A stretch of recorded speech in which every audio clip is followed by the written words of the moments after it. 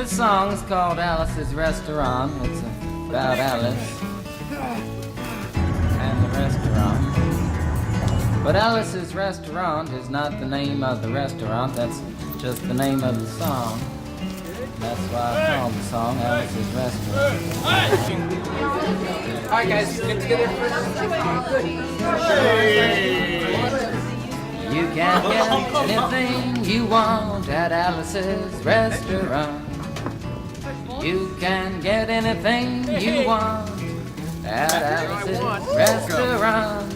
Walk right in, it's around the back, just a half a mile from the railroad track.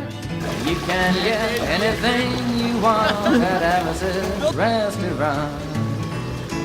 Now it all started 2 Thanksgivings ago. It was on 2 years ago on Thanksgiving when my friend and I went up to visit Alice at the restaurant. But Alice doesn't live in the restaurant. She lives in the church nearby the restaurant in the bell tower with her husband Ray and watches a dog. And living in the bell tower like that, they got a lot of room downstairs where the pews used to be. And having all that room, seeing as how they took out all the pews, they decided that they didn't have to take out their garbage for a long time.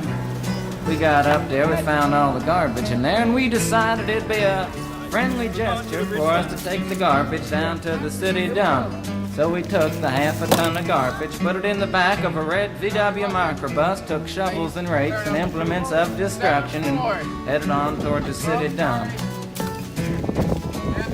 Well, we got there, and there's a big sign and a chain across the dump saying closed on Thanksgiving, and we had never heard of a dump closed on Thanksgiving before, and with tears in our eyes, we drove off into the sunset looking for another place to put the garbage. We didn't find one. Till we came to a side road, and off the side of the side road was another 15-foot cliff, and at the bottom of the cliff was another pile of garbage, and we decided that one big pile was better than 2 little piles, and rather than bring that one up, we decided to throw ours down. That's what we did. Drove back to the church, had a Thanksgiving dinner that couldn't be beat, went to sleep and didn't get up until the next morning when we got a phone call from Officer Obie. Said, "Kid, we found your name on an envelope at the bottom of a half a ton of garbage. Just wanted to know if you had any information about it." And I said, "Yes, sir, Officer Obie, cannot tell a lie. I put that envelope under that garbage." Are you kidding me, you fat ass? After speaking over for about 45 minutes on the telephone, we finally arrived at the truth of the matter and said that we had to go down and pick up the garbage and also had to go down and speak to him at the police officer station. So we got in a red VW microbus with the shovels and rakes and implements of destruction and headed on toward the police officer station. Now, friends, there was only 1 or 2 things that Obie could have done at the police station, and the first was that he could have given us a medal for being so brave and honest on the telephone, which wasn't very likely and we didn't expect it. Another thing was that he could have bawled us out and told us never to be seen driving garbage around the vicinity again, which is what we expected. But when we got to the police officer station, there was a third possibility that we hadn't even counted upon, and we was both immediately arrested, handcuffed. And I said, "Obie, I don't think I can pick up the garbage with these handcuffs on." What? He said, "Shut up, kid. Get in the back of the patrol car," and that's what we did. Sat in the back of the patrol car and drove to the, quote, "scene of the crime," unquote.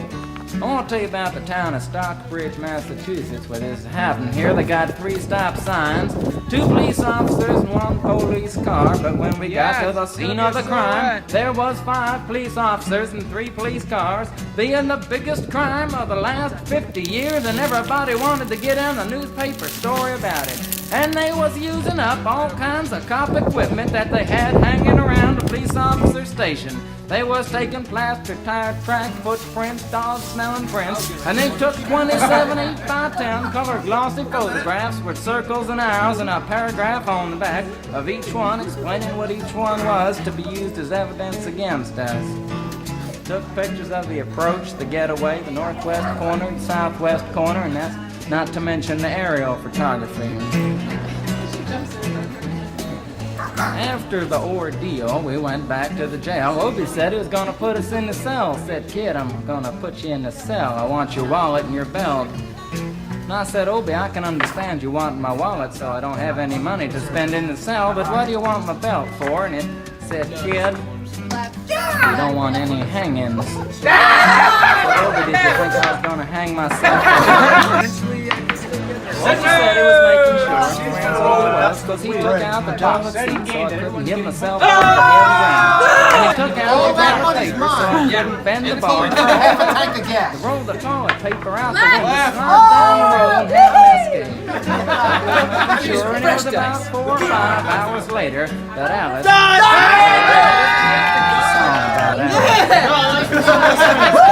with a few best night of my life. Bailed us out of jail. We went back to the church, had another Thanksgiving dinner that couldn't be beat, and didn't get up until the next morning when we all had to go to court. We walked in, sat down. Obie came in with a 27 8x10 colored glossy pictures with the circles and arrows and a paragraph on the back each one. Sat down.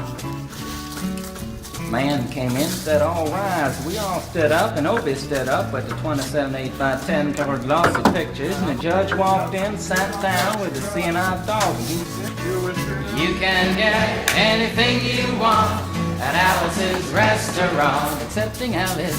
You can get anything you want. Everything's good. At Alice's restaurant. So walk right in, it's around the back, just a half a mile from the railroad track. And you can get anything you want at Alice's restaurant.